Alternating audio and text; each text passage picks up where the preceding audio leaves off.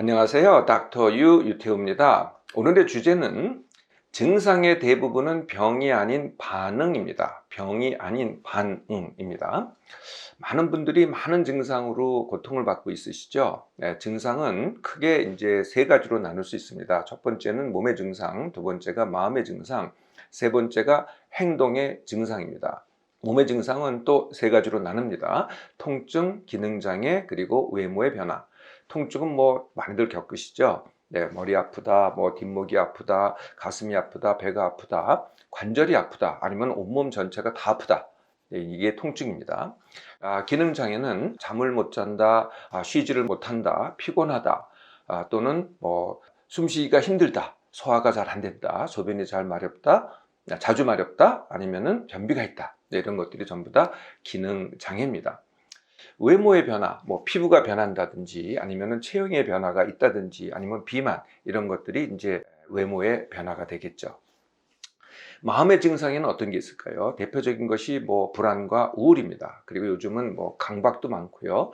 또 공황도 많습니다. 뿐만 아니라 불만족함, 네, 이게 또 마음의 증상이 많고요. 싫어함 또는 열등감, 피해의식, 네, 다 마음의 증상입니다. 더 나아가서 생각이 많습니다. 이걸 이제 생각 과다라고 하고요. 또는 이제 딴 생각을 합니다. 딴 생각이라는 게 뭐냐면은 내가 어떤 행동을 하는데 이것과는 별개의 생각을 자꾸 하는 거거든요. 네, 의도적으로 하는 경우도 있고 하고 싶지 않아도 하는 경우, 네, 이제 다 딴 생각입니다. 전부 다 마음의 증상이죠.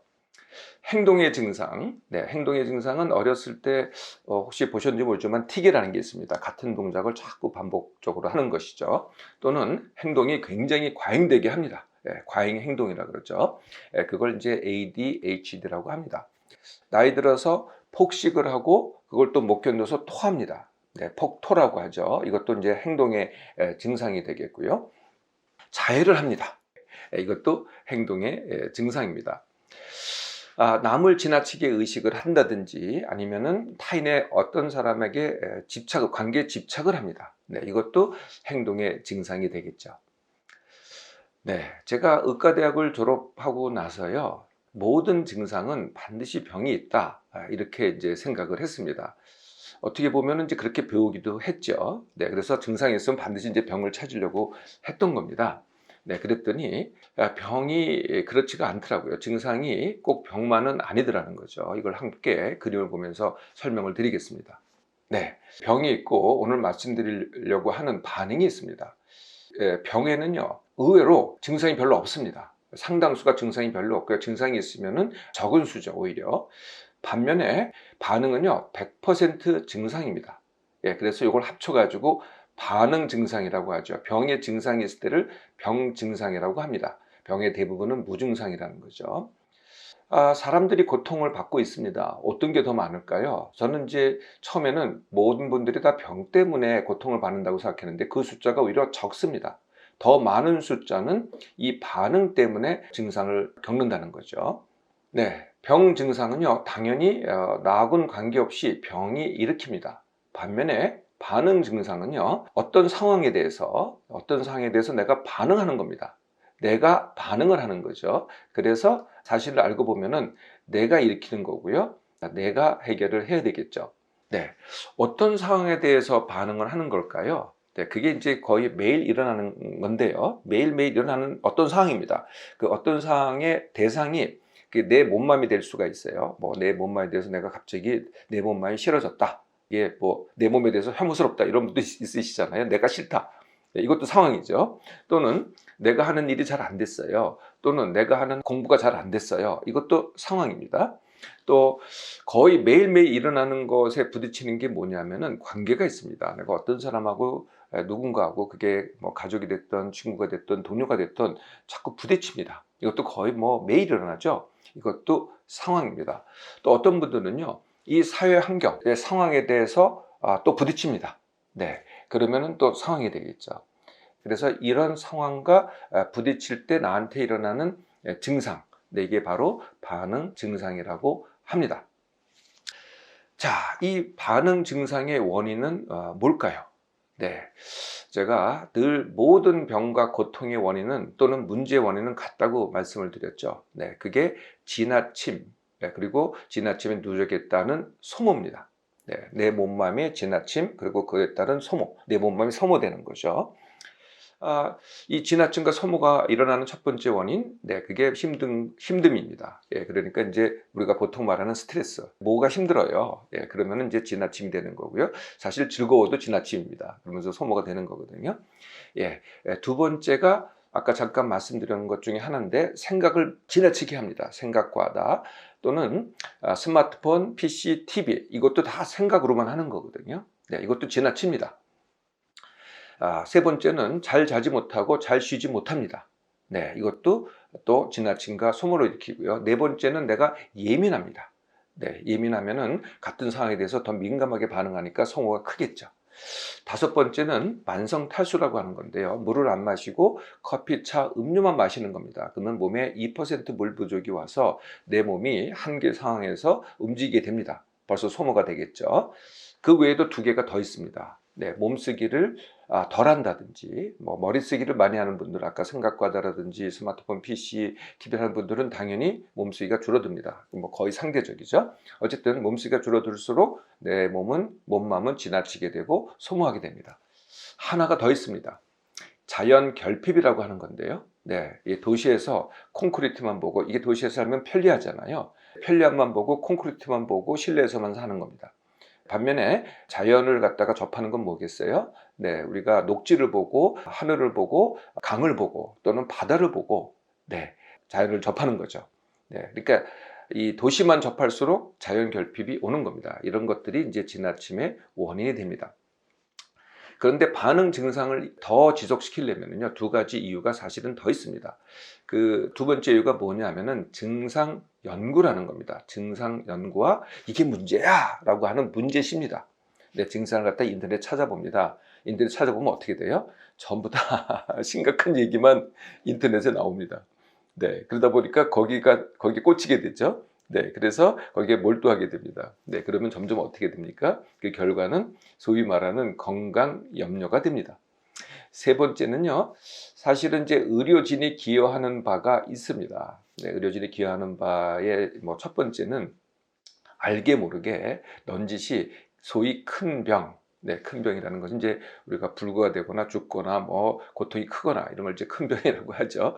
큰 병을 암시를 합니다. 네, 그러거나 아니면은 아예 큰 병원, 네, 이게 큰 병원이라는 큰 병원이 이제 의사가 얘기할 때는 자그마한 병원에 비해서 큰 병원을 얘기하는데 듣는 사람은 어떻게 듣냐면은 큰 병을 치료하는 병원, 그러니까 큰 병원에 가보란 말은 무슨 말로 드리겠어요? 내한테 큰 병이 있다. 이게 이제 큰 병을 암시하게 되는 거죠.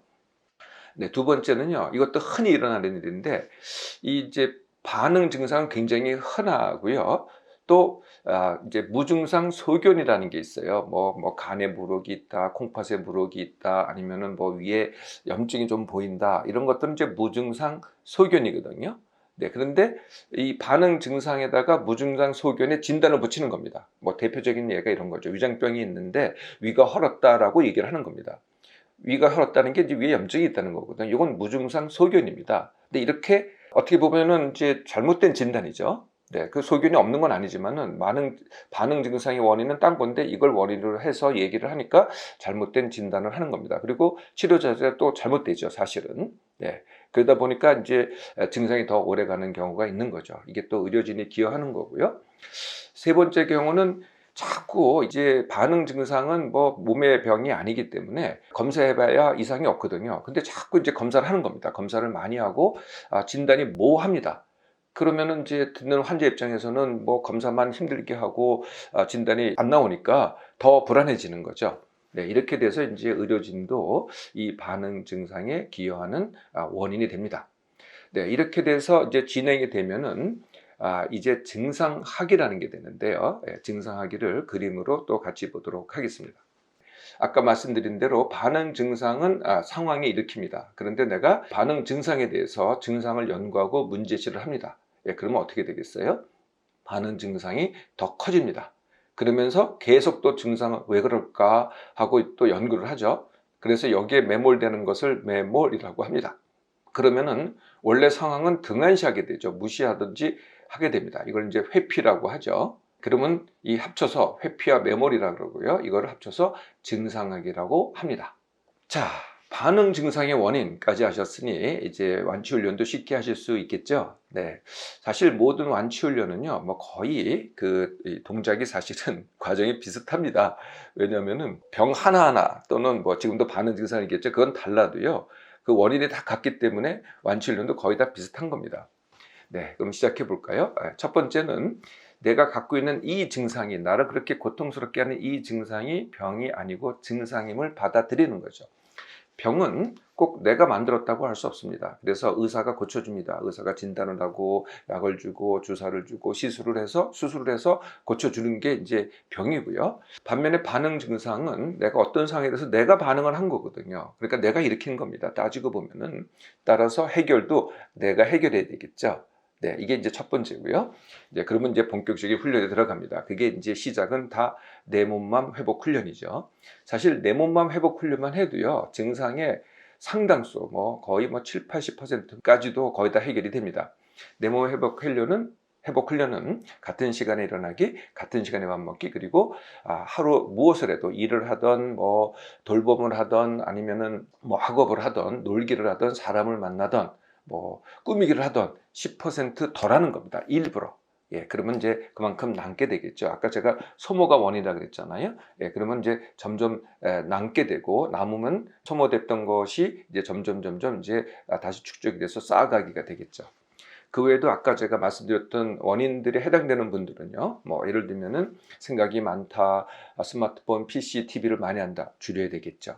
쉬지 못하고 잘 자지 못하는 분들, 쉼 훈련, 숙면 훈련을 해야 되겠죠. 예민한 분들, 둔감 훈련을 합니다. 만성 탈수가 있는 분들, 물 2리터 마시기를 추가로 합니다. 몸쓰기를 덜하는 분들 꼭 운동하시라는 건 아니고요. 일부러 몸을 쓸 수 있는 기회를 찾아서 그냥 몸을 쓰라는 거죠. 자연 결핍이 있는 분들 조금이라도 공원에라도 가시고요. 산과 바다로 또는 강으로 자꾸 나가 보시라는 거죠. 멀리 안 가셔도 됩니다. 자꾸 산을 접하고 뭐 개천을 접하고 이렇게 해보시라는 겁니다.